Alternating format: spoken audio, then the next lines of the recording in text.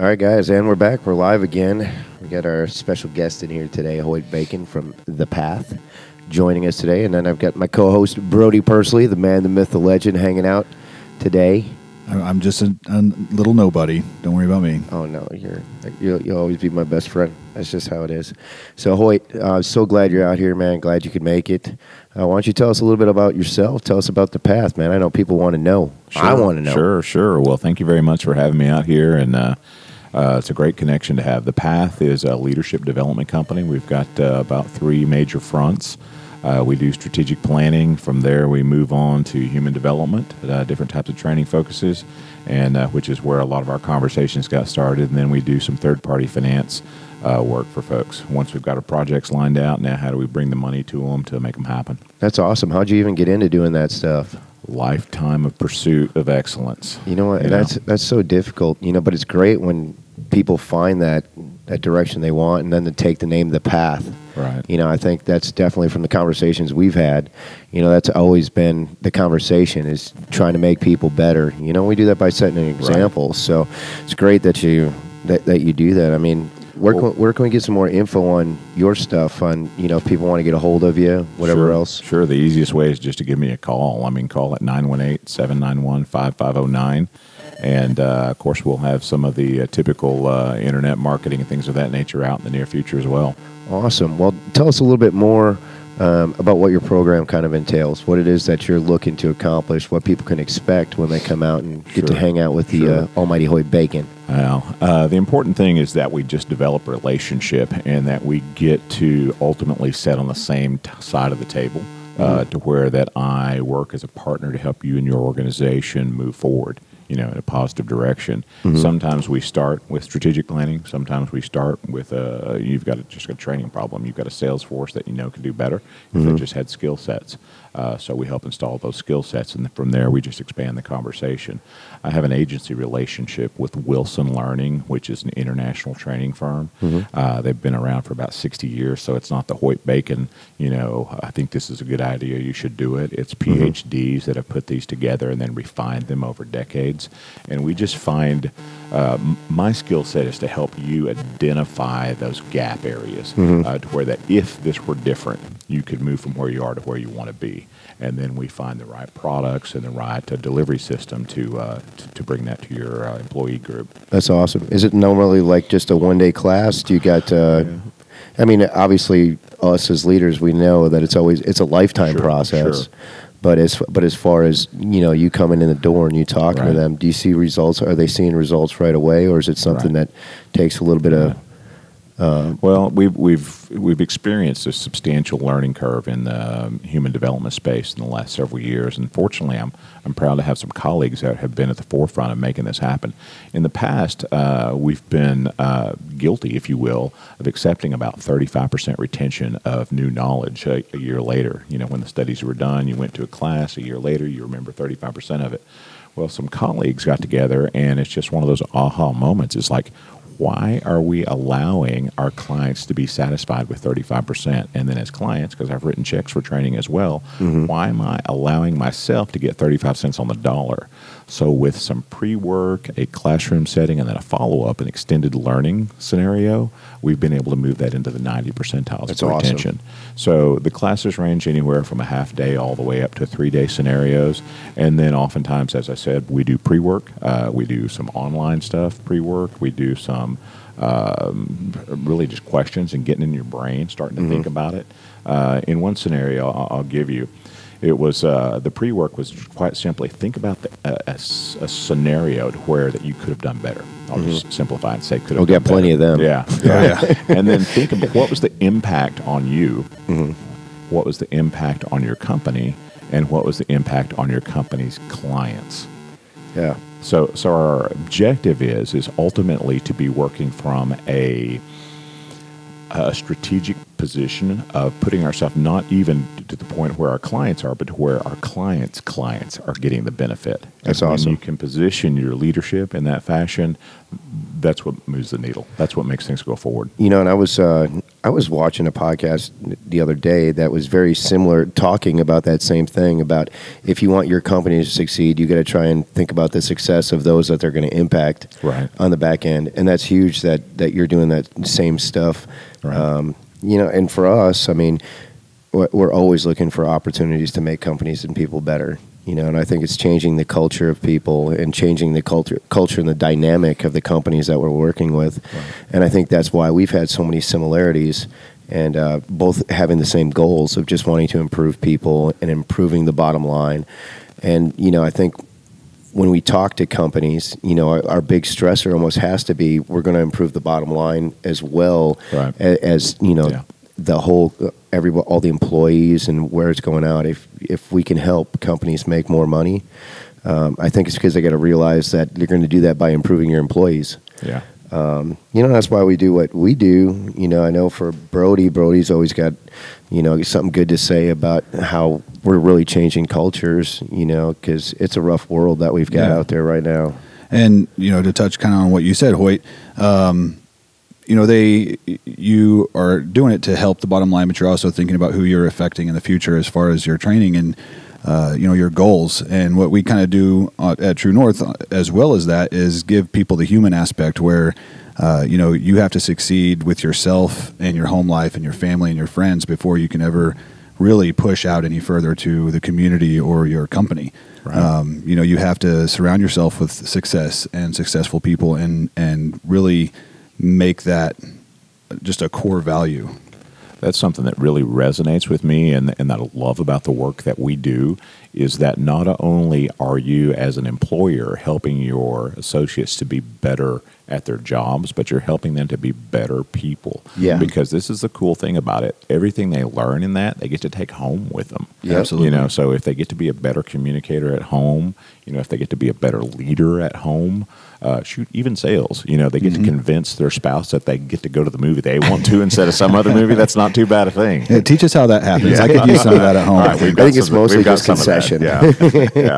And that's what it boils down to. Now, Hoyt, I know you're one of the very fortunate people to come out and do some of our leadership training and get to see how we're trying to change culture and trying to help people.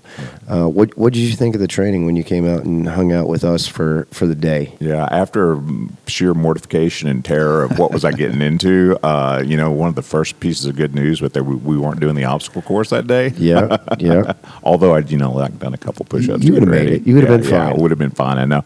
But no, it was just really the combination of an opening classroom scenario to where you kind of got to know a little bit, you got your teams formed, and then the real learning, or the real aha for me, the immediate one anyway, was the you know, who was it, Tyson? You know, everybody's got a plan to get hit in the face. Yeah. Well, we got hit in the face pretty quick, and communications kind of went out the door.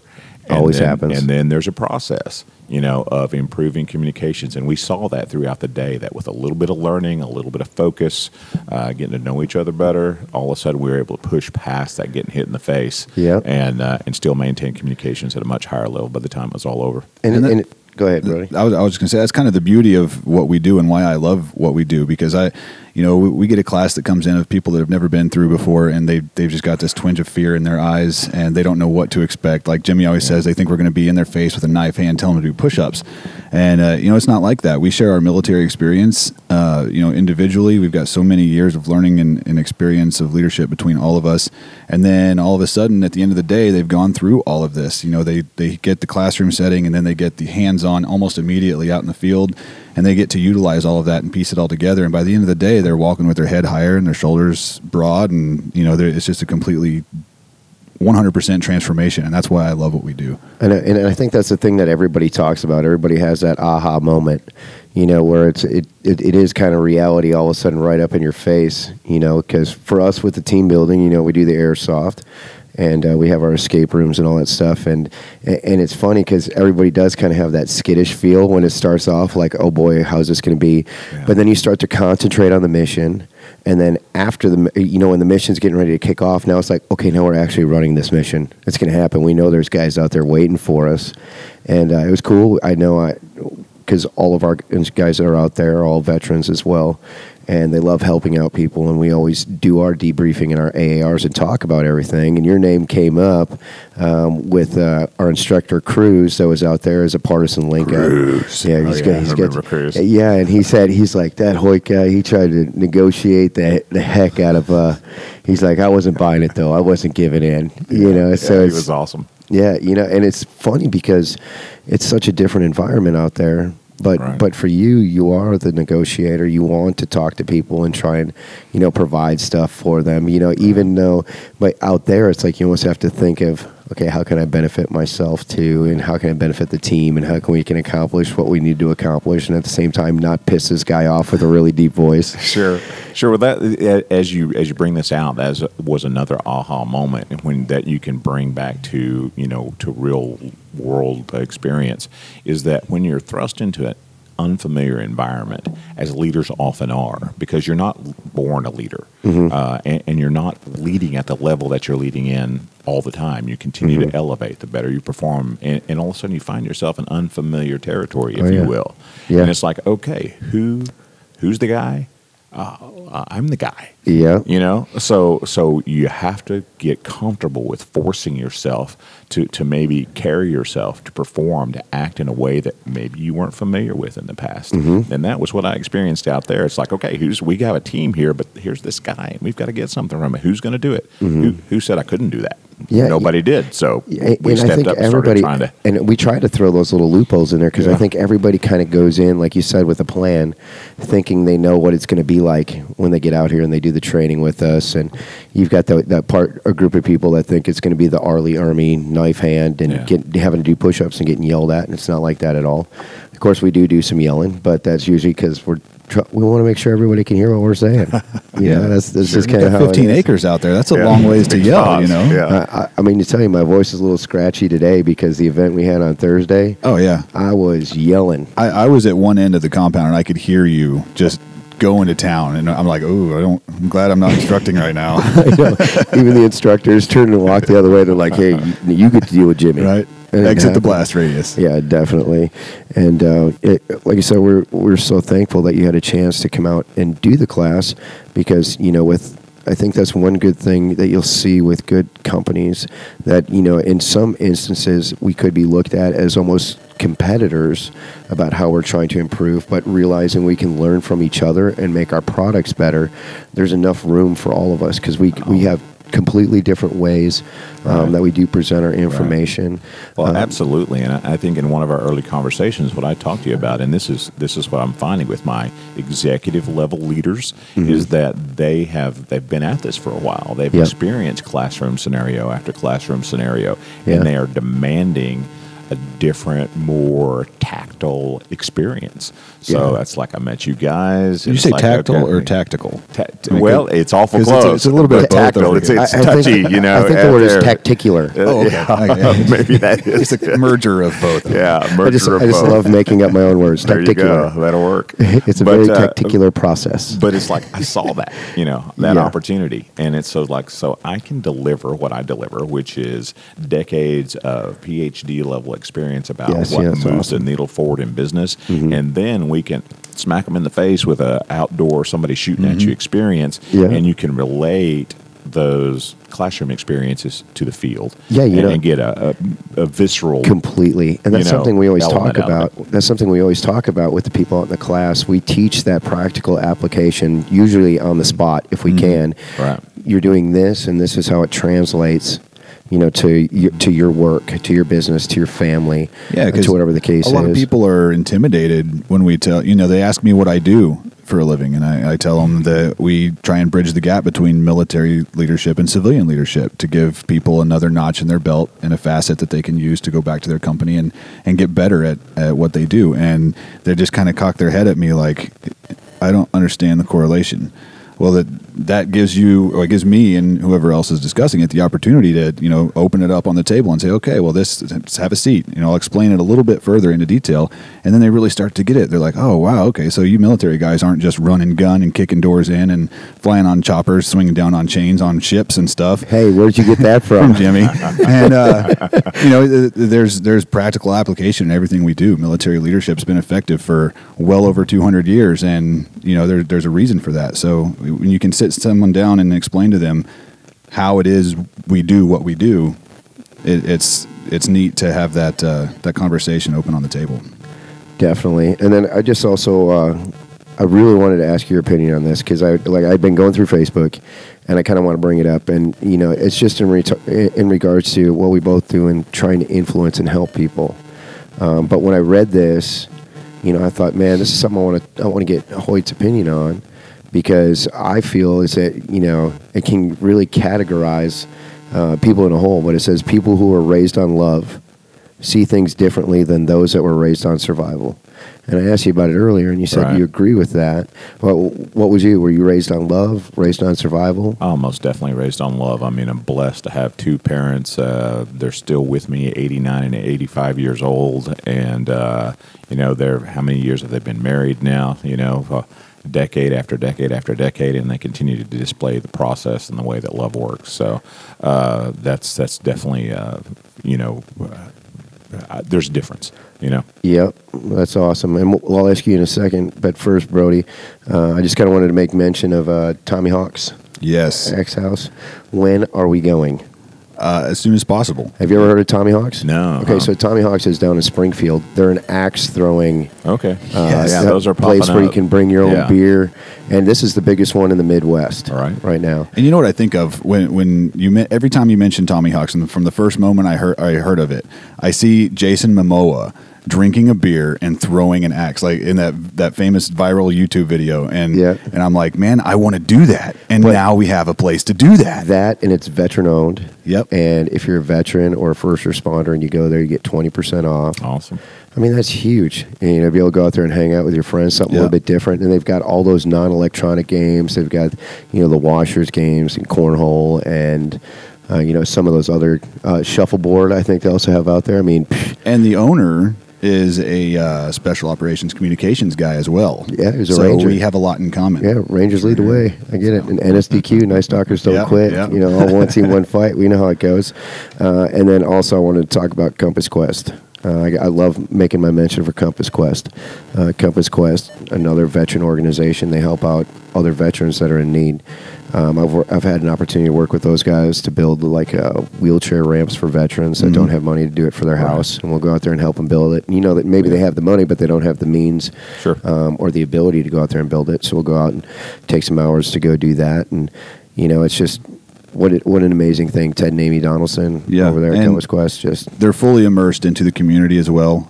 We've done a couple Ruck March deals with them. When I went on my Ranger it was supposed to be a 20K and ended up being a 25K because Jimmy wouldn't stay behind the truck, or stayed behind the truck and forgot to turn. So he just kept us on about 5 more K. But you try wearing. You know what Ranger panties are? You know what Ranger panties are? No. They're the shorty shorts. Think back 1970s basketball. Yeah. Minus the knee high socks. Yeah. You so wear you them out there. Them?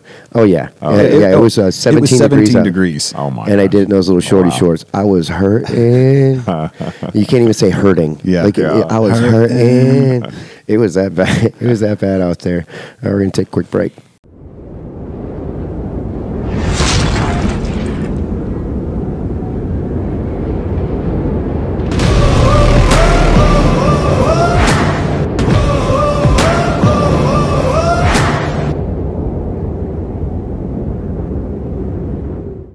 And we're back after getting to hear from our sponsors a little bit. Hoyt, we just left off with the conversation about the people who were raised on love see things differently than those that were raised on survival. And I wanted to give Brody an opportunity to kind of talk about his thought process on that line, which I think sparks a lot of conversation. It does. There are varying degrees of, you know, what is love and what is survival. Personally, I had an extremely good childhood. I did come from a broken home, but both my parents loved me to death. You know, I was raised well. They got along. as well as my siblings, and so in that aspect, I was raised on love. And then, 18, I joined the military. I learned what survival was. I was put in scenarios where I was forced to survive, and Eating ramen. yeah, trading M&Ms like they're gold. Oh yeah. If that's what defines survival, through college you experience it as well. Yeah, absolutely. With the ramen. Survival, there's a lot of struggle to survival. There's not really a whole lot of struggle to love especially when you're younger and you're growing up. It just people, love is an all-encompassing thing, and you're naive and you have that innocence about you, and you just expect that. So if you're raised in a loving environment, you kind of just grow up like that. You expect that. You give that to other people. Whereas survival, it's almost alienating if you were forced to grow up just to be able to survive, to put food on the table, or to find a ride somewhere. Yeah, I think a lot of people, when they think about the survival thing, they think of like life or death. But to me, when I first read that and I think of the survival thing, I think of my mom working as much as she did, and finding different ways to get food, and my grandparents having to swoop in and help. To me, so when I think survival, I feel like I was raised on survival. I think it was definitely lined and laced with love. I think that was definitely in there. But that struggle to how are we going to eat the next week, what are we going to do? And I could see it would take a toll on my mom. And then when she met my stepdad, who passed away a few years ago now, I saw that dynamic kind of change. And there was definitely much more of a focus on the love aspect. So that kind of took over. But I definitely, to me, I think so many people, there's so many different ways you can really approach that, that line right there. I think it's different to everybody. So it's cool to hear those different definitions of how people define survival or love, just because there are so many facets to it that people can explain. Every person's different. They're raised differently. They're unique. So it's cool to hear those personal perspectives. Definitely. I think the survival aspect of it creates, as people mature, it creates a lens that has to be looked through. Yeah. And regardless of what you're looking through, you're still focused on love, because that's the connections that we have as human beings with our families, with community. But you've got this survival set of lenses that you have to you can't ignore. So it has to be coped with or dealt with, and I think to what the original point was, it's a different focus. Yeah, and it's funny, like when I'm teaching the leadership class, one of the things I talk about is the empathy side of it. I talk about when I'm going to have a conversation with somebody, or anybody's going to have a conversation with another person, is recognizing the fact that you're not just having a conversation with the person right there in that moment. You're having a conversation with a person that's had all this other stuff go on in their lives, stuff they've experienced, stuff that's going to elicit a reaction out of them. And if you're not careful, if you're not paying attention to those signs, that, I think some of it's culturally, and I think, a lot of other things, but we've got to recognize that as leaders, that if we're going to have a conversation with somebody, that we're not going to just simply say A because of B. There's so many gray areas when it comes to the conversation piece. And I know you had some more stuff from that you wanted to put out, that you wanted to talk about in regards to the path and the training that you guys have going on. So if you want to, if you want to break into that as well, because I think the communication is one of the big things that you do like to talk about, right? Because we stress the importance of it. Because when it comes to leadership, communication is key, right? Well, communication is important, but it's a tool, if you will, to create something very special to all of us, and that's time. One of the most important lessons I've learned in my quest for becoming a better leader and a more efficient business person is how to do that. Well, we all are born with the same amount of time, each and every day, and tomorrow it's going to be there for us, and the day after, but it's what we do with it and how we maximize the value of it. So if there were ways that you could create more of it, would that be How can valuable? we do that? Yeah, how can we do that? Right. Well, if you'll I want you to write it down right now. Time is I want you to write it on construct. this paper right now. How I can have more time, because let's tell you a way that you could do. And, that's what I want to hear. There are several things, several ways to get there. And I'm sure the people listening, they want to hear this too. I mean, this is a big deal. One of them is effective delegation. So you've got all these things to do, all these things to accomplish in your life, and you've got help around. But how you engage that help is the differentiator. Yeah. And here's the real kicker, is that every one can be delegated to, but how we delegate to them is what makes the difference. How important is the task? How ready is that person to perform the task? Yeah. And even an important task can be delegated to someone that's not fully ready, but how they're managed is different. And we can teach that process. And once you have command of that, now you create time for yourself by doing less of those tasks yourself and assigning those to the important people in your life that are around you, that believe in your mission, they're ready to support you. Sometimes they just don't know how. Yeah, and I know there are a ton of people out there that that really need that help with time management, and if you can help with that efficiency of that, if you can help improve that, with you guys, to me that just seems invaluable. That's just one of many things to create found time, if you will, and then what you do with that found time. I like to sleep. Yeah, there you go. Hey, maybe that's important. You need that moment to recharge. You become your better you tomorrow. Yeah, see, that's why I need to find that time so I can actually get some sleep, because I don't even know what I average right now, 4, maybe 5 hours sleep a night. Yeah. And now, just because we've got a lot going on, we've got a big, huge event coming up April 12th. We got one on the 13th. We've got a few more. We've got all of our clients that we're working with. Not to mention, I've got the 20 new chickens, so I've got to build a new coop for the chickens. Now, that's what I was doing all morning. So. If you guys listening or watching right now don't understand why Jimmy talks about chickens often and randomly, just out of nowhere, if you hear Cluck Norris or Airborne 01, these are names, or Sharon. Or the other Sharon, or the other Sharon. There's 4 Sharons. So did you know that, Hoyt? No, I didn't know. But well, I've got 7 grown chickens. I've got Airborne 01, Airborne 02, Cluck Norris, and 4 Sharons. That's awesome. And right now there's some egg laying fools. The Sharons. I'm getting like 7, 8 a day. Thing, if you could be out here when Jimmy gets mad at the chickens and he can't put them in their coop over there, it's just Sharon, come here, Sharon, and he's looking at these different chickens, yelling Sharon, and it doubles me over. Yeah. It does. It's hilarious. So you sounding like an expert in this for me. So I've got a question for you. You can decide, how and when you're going to answer this. But really, tell me which came first. The chicken. Oh, okay. The chicken. I've had this conversation. Quick. Yeah, I've had this conversation. Yeah, that was quick. Quite a bit, because without the chicken, you can't have the egg.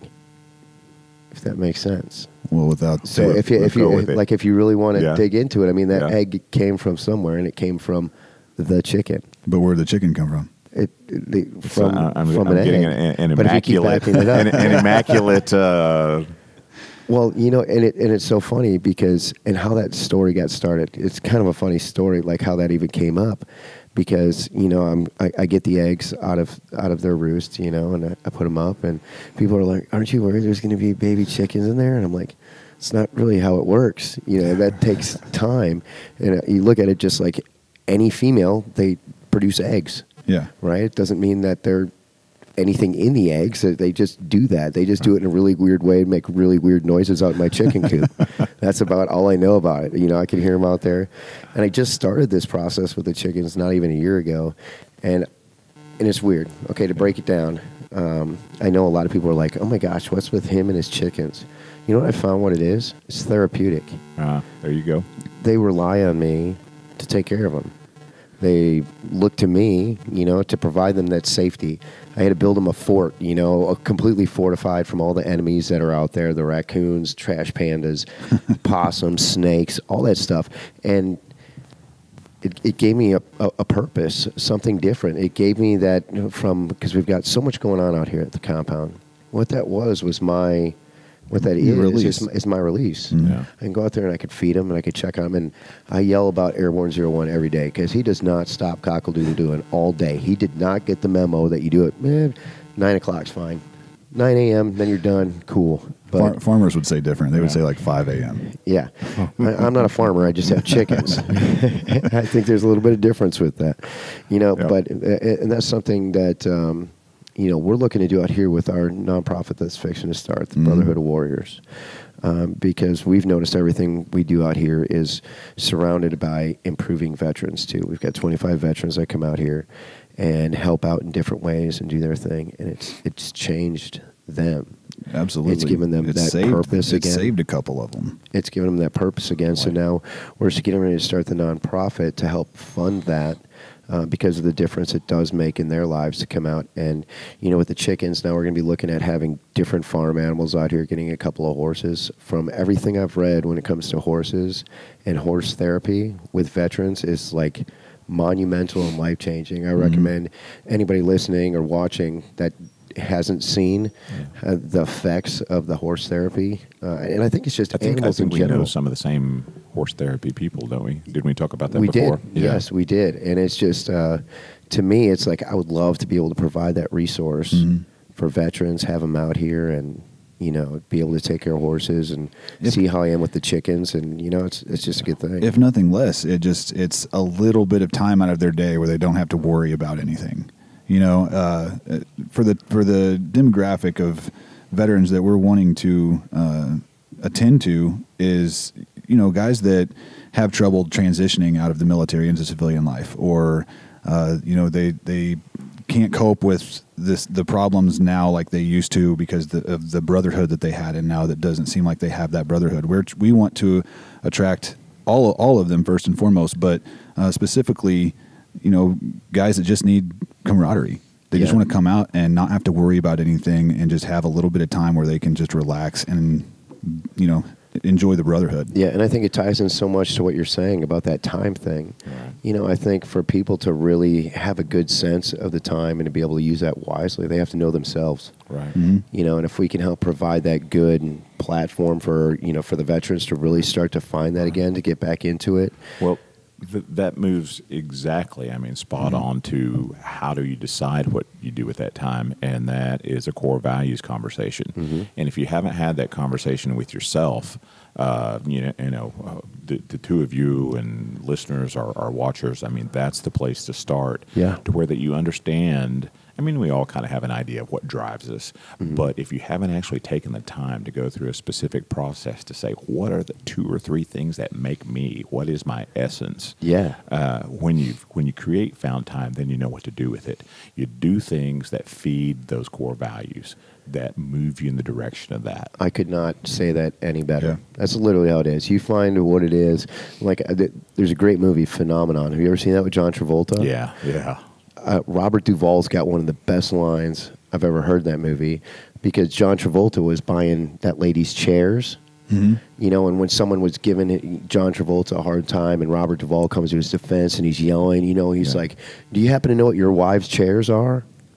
Do you even pay attention to what it is that's important? And I think if we all found what our chairs are, find what that passion is. Right. It just makes such a huge difference. You can really, a productive human is one that's got his off time or her off time, where they can really do those passions. For me, and I know for Brody, we're lucky enough where our passion is also our job. So it's like, and also with you, it goes in directly to what Hoyt's referring to is in finding your essence. You and I both were in the casino industry, and, I spent almost 12 years in that industry, and I was a subject matter expert in what I did. And unfortunately, I was stuck in middle management, and it was difficult because everybody above me, they weren't going anywhere, and they were stuck in their ways, and they wouldn't change. And I wanted to do something else that really gave back to the community and improved who I was. And that's what I did. I found that bit of essence about me, and I took that leap of faith with Jimmy and a few other guys and my wife to start up True North Enterprises. And here we are today, 2 years later, and we're rocking it. We're on a podcast. What's up, guys? That's awesome. That's a lot of fun. Well, there's never really a day of work, is there, when you're doing what you love? So 100%. That's exactly right. What we were just talking about, when we had an event on Thursday, and I said Friday's going to be my day off, and so what did I do on my day off? I worked. You worked. I'm like, but it was a day off to me. I knew I wasn't going to get hassled. And by hassle, I just mean where I was going to get a whole bunch of stuff piled on. I told myself, I'm just going to work on this and this, and I wasn't going to let myself get all scatterbrained. Well, here's the just phenomenal thing about that. When you've got control of and understanding of your core values, and you seek that out, it's a part of that is identifying who exudes or who exhibits those same or similar core values. Yeah. And then you define, okay, who do I want to be spending my time with? Mm-hmm. You know, and as you said, look what I'm doing, you know, this afternoon. I'm spending time with the people that exude similar or maybe even the exact same core values, and I'm being fed, Mm-hmm. you know. Oh, yeah. I'm, you know, it's a growth experience to be able to spend the Absolutely. time. It's Those awesome. those like-minded individuals, you know, just like you said, it's key to your success is just surrounding yourself with like-minded, successful individuals. I mean, think about how lucky we got with all the pieces falling together with the leadership training and stuff like that. I've had a huge opportunity, you know, and I do have to send my shout out to Paul Volpe. And I want to send my shout out to him because there's one thing he told me when I started doing this stuff. He had said to me, if I wanted to be successful, I needed to become Mr. Veteran in Joplin. So when there was things that were going on that were veteran related, people would come to me like, oh, ask Jimmy. I'll bet you Jimmy knows somebody. If he doesn't have the answer, he can at least point me in the right direction. So I made this really big point to really kind of take that to heart because I already knew the love and passion I had as a veteran and for other veterans. And I took that and I made that a big time priority for me to meet as many people as I could, as fast as I could, and make that impact right away when I met them. And you did like, it. You exploded. It was like, hey, if you know you get a veteran thing going on, call Jimmy. You know, and that's how it worked. And because I knew, I also would always push my my friends and the guys that were showing me the direction too, like Ted Donaldson. And, you know, like I said, I can't say enough about Compass Quest. Again, going back to Ted Donaldson, him and his wife, Amy, they're the embodiment of just help. You know, whether you're a veteran or not, Compass Quest and Ted and Amy, you know, when I hear a veteran say they need something, there's really only two organizations I point them to, and that's Jimmy, Mr. Veteran, and Compass Quest. And because if they other help. veterans want to find out more information on Compass Quest, all you got to do is go to Compass Quest. It's compassquest.org. Is that right? Well, we'll have it up on the screen, so I'm feeling pretty good that we'll be able to get up there the right way. You know, and then also talk about that. You know, they're also really big with the Spiva Arts Center. Yep. I know they have a veteran paint coming up too, and that's what do I have it on here?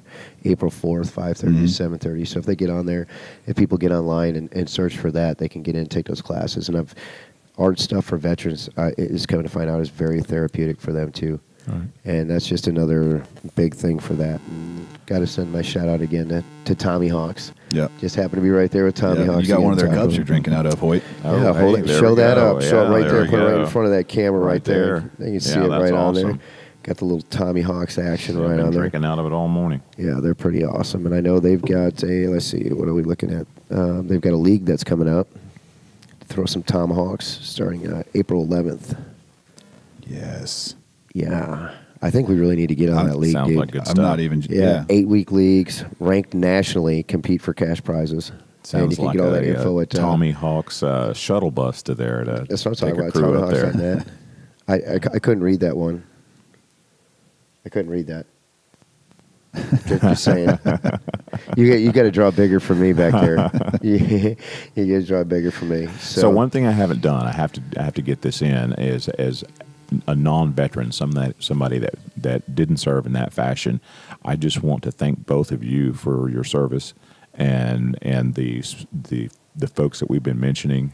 You know, thank you very much. And we appreciate it. Yeah, we'll be coming right back here in a second. So we'll be back. All right.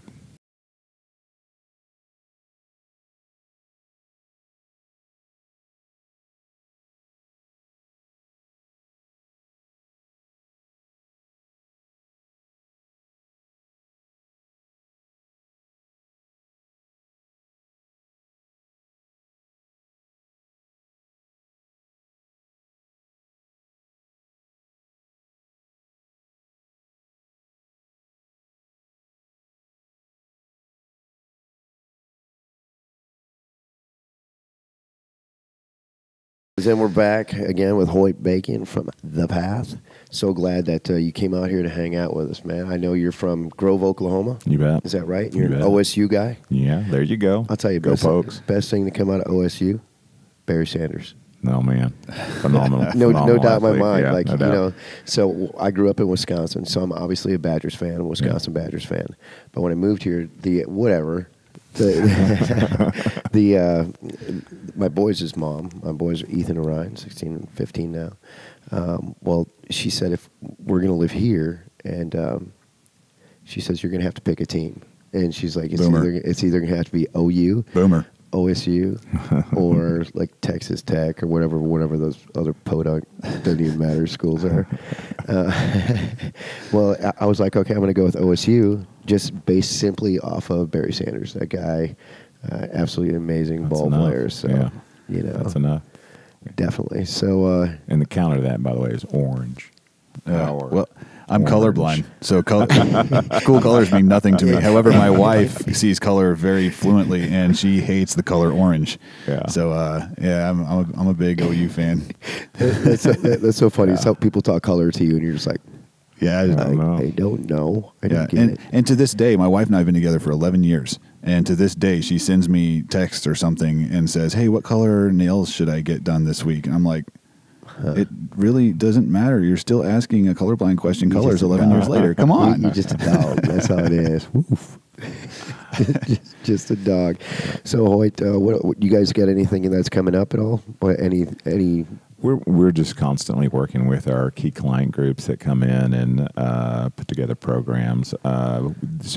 Leadership is a big deal right now. Mm-hmm. I work in 2 major markets. I work in Indian country all across the United States, and then I work in Northwest Arkansas because we're close. And why wouldn't I do that? Yeah, that's because awesome. there's just a lot of growth and energy over there. But I think the commonality is that I work in high growth environments. Yeah. So people are outrunning clients. You know, the companies are outrunning their talent rapidly. So what do we do to get our talent up to speed? Mm-hmm. And so we're putting together leadership retreats. Yeah. Leadership You can bring them out forums. Here. Yeah. You can bring them out here. We plan do to some try camping and, out here. Yeah, to try We're and good do a campers. little bit of that. We can Yeah. start a fire. Yeah, we most start a definitely. fire. We Yeah, can make I've seen 'em. s'mores. Yeah, we can make s'mores. We can do all that stuff. We've even got a couple Yeah. guitar players out here. We do. You know, sit around. We're not to be that guy that plays guitar around a campfire, but you know. With your sandals and your long hippie hair. Hey man, like I've got this song, but I can only play 3 chords. Now you're starting to That's sound like awesome. Scotty. Yeah. Yeah. We may have to pre-work that just a little bit to see how it flows. Yeah. Definitely. I'm sure we can figure something out. I know earlier you asked me about my shirt, the tracking shirt. Oh, yeah, yeah. I mean, well, you know, here's the deal. I do know, but it's only because I've been here. Yeah. That's you know, true. so, Well, but it's a military term. yeah. It's a military term, you know, and like for me, when I always tell the class, you know, when I've got classes in here, I say tracking, and I want them to repeat tracking back.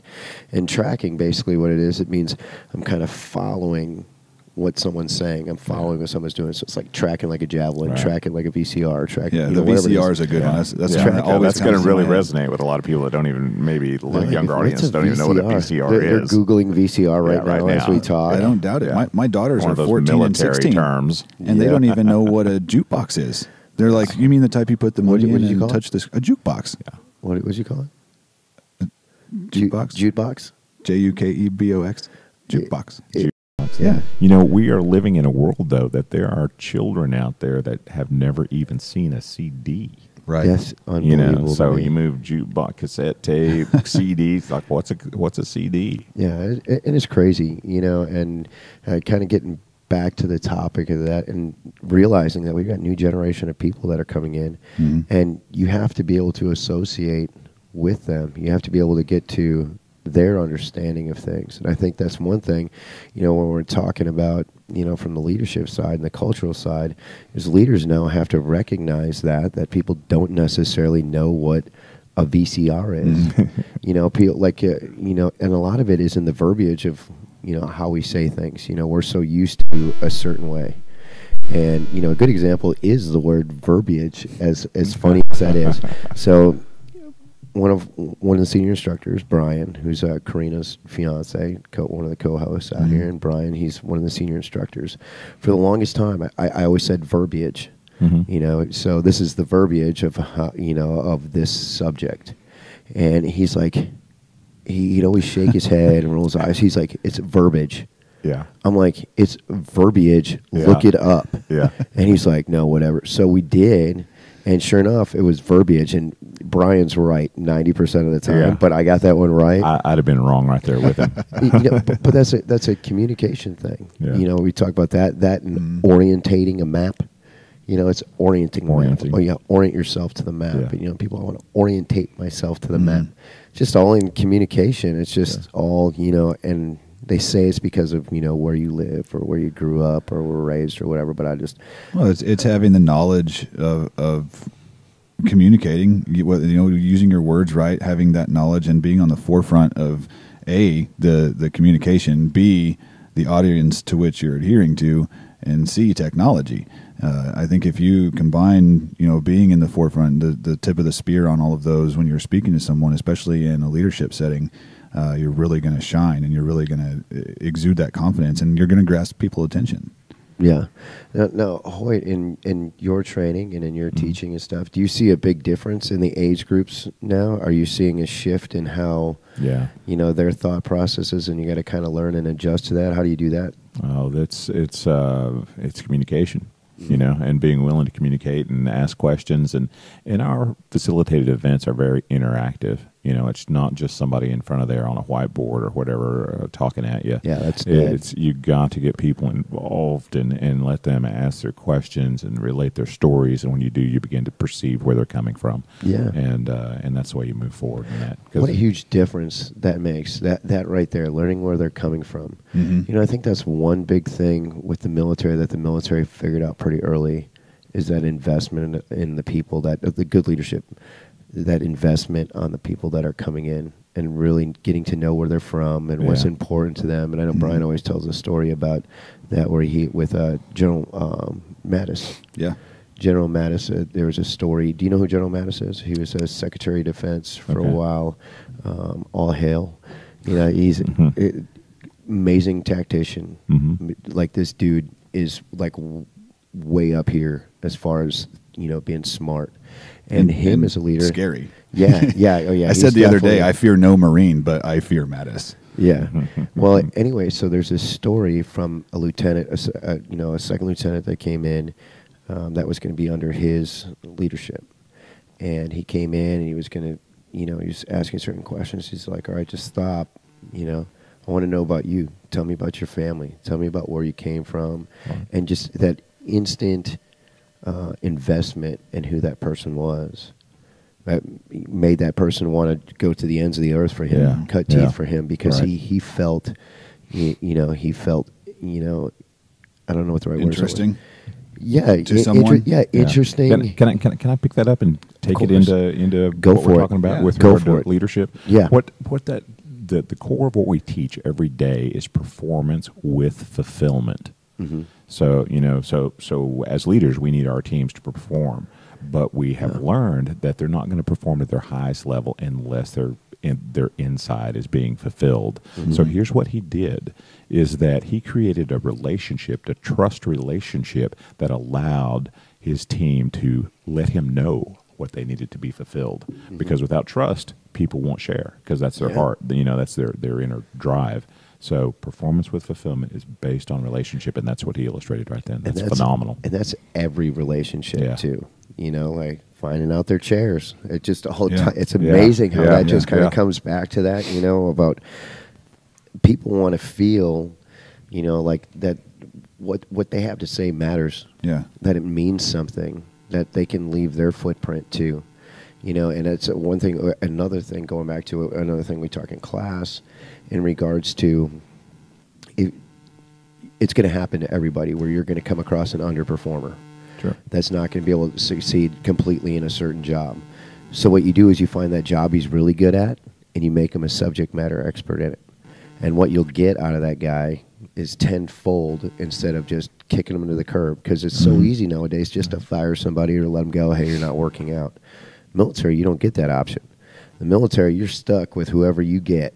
You know, so what we'd do is we'd find that guy, you know, if he was really good at, you know, getting the serial numbers for the weapons and getting them all lined around the place. You make him the subject matter expert on that. Hey, dude, you know what your task is. You just knock this out good like you always do. Boom, he's in there. Next thing you know, it's affording that time to train him up on the other stuff.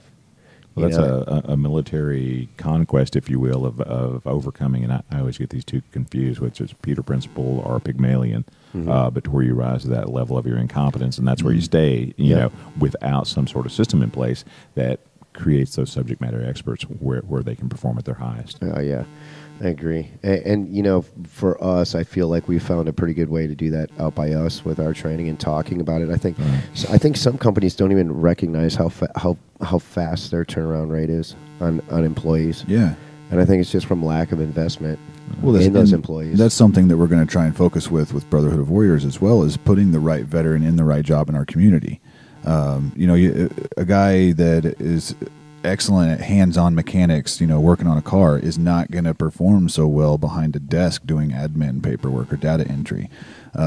So to get them in the right spot in our community not only improves them, it helps them to become that subject matter expert, but it helps the community as well by putting a knowledgeable person in a spot that needs to be filled. Yeah, I'm so glad you brought that up and the way you said it, you know, because all companies, they want to hire veterans.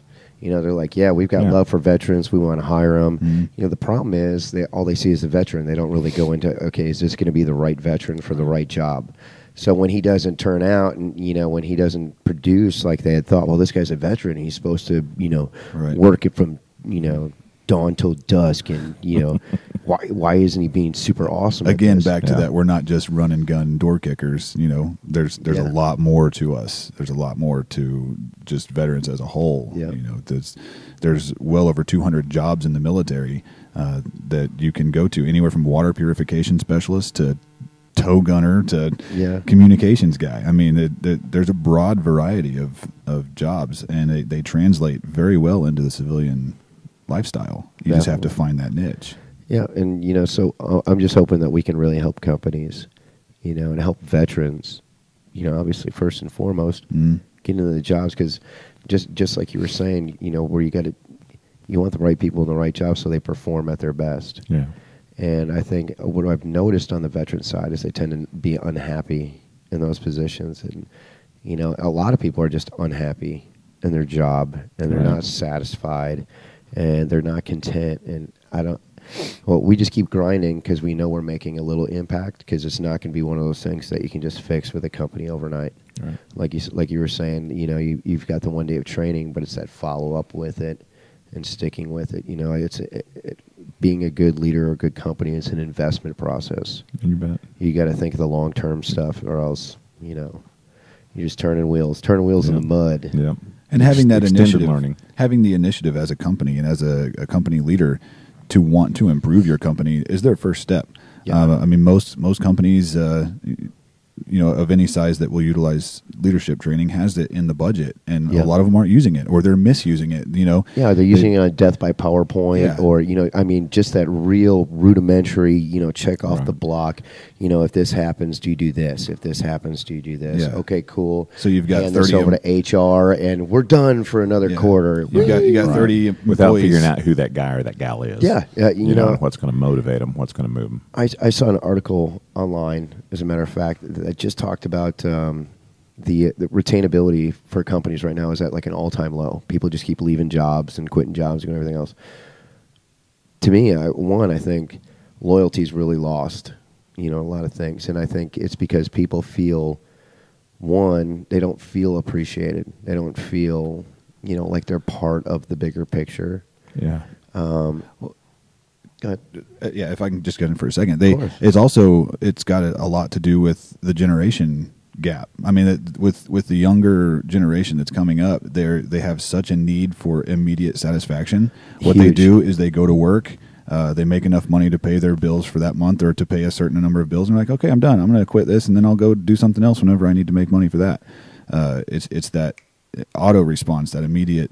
I'm not going to say the company that I was in the other day, but I had stopped in there to go talk some business stuff, and I'm in there in the waiting area And I'm there just long enough for a guy to come out the doors, hand his badge over, and say, "Yeah, I'm quitting." And the lady's like, "What?" And he's like, "Yeah, I'm quitting." She's like, "Have you talked to your supervisor?" And he's like, I couldn't find him. I'm just quitting." She's like, "Did you get another job?" He's like, "No." And to me, that blows my mind. Yeah. It's like, Yeah. how do you just go, Yeah, I'm done. No. I mean, There's I know there's more jobs available than there is people right now. I know that. I think that's, that's a good problem to have. Yeah. Of course, but then it also creates that, I can just go get a job over here, work for another couple months and be done.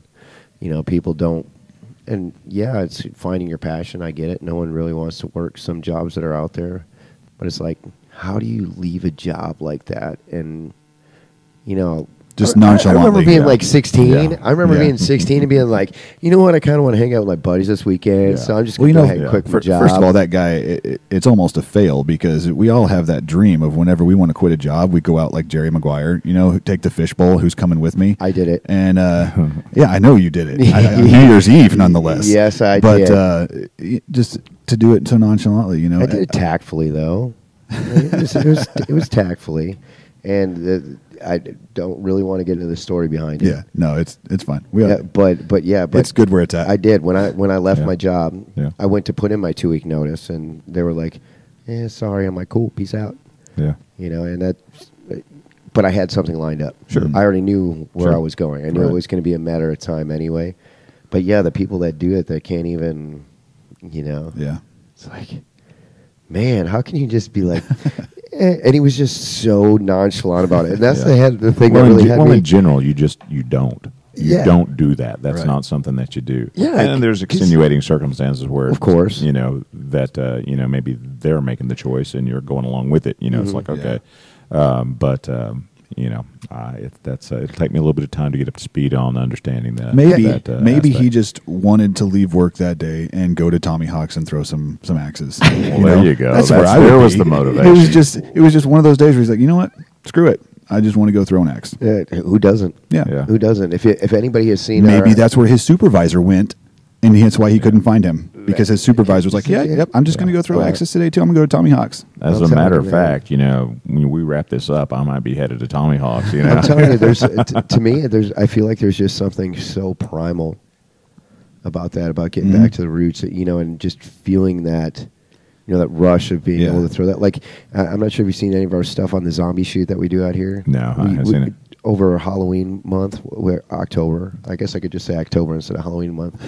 But we, Yeah, what is that now? So, but we Is there use the another whole word month for it? with our airsoft fields to actually have people come out here and do a zombie shoot. Yeah. So we have the zombies out here and walking around. It's like Walking Dead. It goes from like that really slow zombie on Walking Dead to World War Z type zombies at the end. As you People out progress. there, airsoft guns, just lighting them up, having a good time. The kids But with for their me, magic zombie sling swords for Oh, the yeah. little kids. It was awesome. So, me as an instructor, I watched Brian because Brian also instructed for it, and we all decided to come up with our own thing that made us, cool as the instructors. For Brian, he had his 6-shooter, right, and he had actual airsoft. He's got an actual airsoft pistol as a 6-shooter. And he used to be a competitive 6-shooter guy, so he could just like flip it around and do this other thing, and see him out in the field and all into it, just like, yeah, and everyone like it excited everybody, we had them all pumped up and motivated. And for me, I had my hatchet, my tomahawk. Yeah. I was out there, so it's like being able to, You talked Right. about that something primal, for just throwing that. My nephew has done something similar to that, and I just got the story from my brother the other day, and that's who he was. It's like you can throw it or you can sling it. I mean, you can throw it, and or that's you what can they're just doing. stick it in somebody's Yeah, head. I mean, and those, really, those when it comes boards down were to just like chunking up, flying into pieces, Yeah. and so Yeah. sounds like a great experience. yeah, and like I said, they're right there in Springfield. It's not far. We got the leagues coming up. We've got what else do they have? $25. Bring your own beer. 20% off for all veterans. Nice. That's just huge. I mean, Yeah. for us, we love to talk about other veteran organizations. And I am so surprised how many entrepreneurs there are as veterans. I kind of take their initiative to This build their own this stuff. whole compound's full of them. I'm telling you, well, out here we've got the Neosho hardscapes. We've got, we're selling rocks out here, which is crazy, just random. It happened. So it's like, yeah, we'll sell rocks too. Yeah. Plus, we got 2 Bravo laser design. We make these awesome cups, laser engrave these tumblers, and I mean, what a huge. I think that's how I first met you guys. Was at an event, and you guys had a big display. Yep, they had the tumblers out there. You know, Brian awesome. And Jeff. We also Cerakote the weapons, so we can Cerakote weapons. We can sell weapons. We've got the new actual laser engraver out here that can engrave into the metal. Yep. Next week, I'll bring one of the weapons out. They can engrave pretty much anything: weapons, metal, leather, wood. Yep, it's amazing to watch those guys work. And as Brian put it one day, the owner, those guys. one of the owners of Two Bravo, we're serial entrepreneurs. That's one of the coolest terms I've ever heard him say, is that we're serial entrepreneurs. Like just doing what we want to do and loving every minute of it. Well, with all this entrepreneurialism, did I say that right? Yes. Okay. Yeah. If not, you created an awesome word. Yeah. Okay. Entrepreneurship. We can the path. One of the things we do is strategic planning. Maybe we can put together a group where we bring a bunch of veterans together, and I talk about strategic planning and actually take them through the process. Yes, that's awesome. Get them started in that. That's awesome. And I know we had talked. It won't be long before you're out here, and you'll have an opportunity to talk to those guys, because for us, I definitely see the value that you can bring to companies and to businesses, and when you're talking to them, and that passion is contagious. It is. You surround yourself with people that are just passionate in what they do, and it just kind of like seeps out of you when you're talking about it. Like the first time we had that conversation, it was like, yes, and you get those the eyes get a little bigger, you get those little stars in there, and you get fired up. And like attracts like. You got to surround yourself with the right people. And I'm so happy to be able to we came together, and we've had this opportunity. I'm so thankful that you came out here and talked to us today for the podcast, and that we can provide a platform to also get your word out there. I know we can find you on LinkedIn, and we'll get you up on. We'd love to have you back out here again. We're having events all the time. And I think it's just it's a great opportunity. This is just the beginning of the podcast. I love to hear other people's points of view too. Sure. And sitting across from you today, I've learned a couple of things. Well, that sounds fantastic. It's my pleasure to have come out before for the leadership event and to be here today, and definitely learn some things I can take home, things I'm using on an everyday basis. So I appreciate the relationship with you guys. It's good stuff. That's awesome. What about you, Brody? What else you got going on? Me? I mean, we don't have time for that. We don't. It's just that much stuff. I'm just nonstop. Yeah, and when Hoyt came up today, he's like, it's good to see other people that work on Sunday. And I was like, it's Sunday? It's just another day. It's just another day, yeah. The stuff to get done. I got to finish the chicken. And this isn't work. I mean, we're putting stuff out so the community can see it, and we're sitting here and we're having a good time. We're learning stuff, meeting new people, and it's so funny that I could say I'm so lucky, but I worked 80 hours last week, at least. It was right in there. It doesn't seem like 80 hours. But I'll do it, every day for the rest of my life. I will work that hard, knowing set those goals, that it's my smash passion. those goals. Yeah, that's what I expect retirement to be, is to cut it back to 50, 60 hours. Yeah, as long as I can throw some fishing, I'm retired. Some fishing, some golf, and life is good. So you guys have been awesome, Brody. It's always glad to have you. Always a pleasure. You know what I mean? You're my senior instructor. You're my number 2. An opportunity to have you to come in here and anytime actually. Take your time out of the day. It is my day off today, and I'm here sitting across from Jimmy and Hoyt. So I love it, and that just goes to show that I'm out here anytime.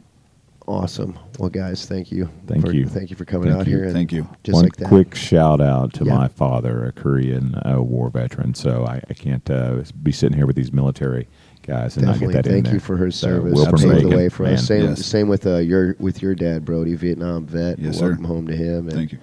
It's amazing. So I love him. He's my hero. Definitely. So just like that, Jimmy out. All right. Thank you much.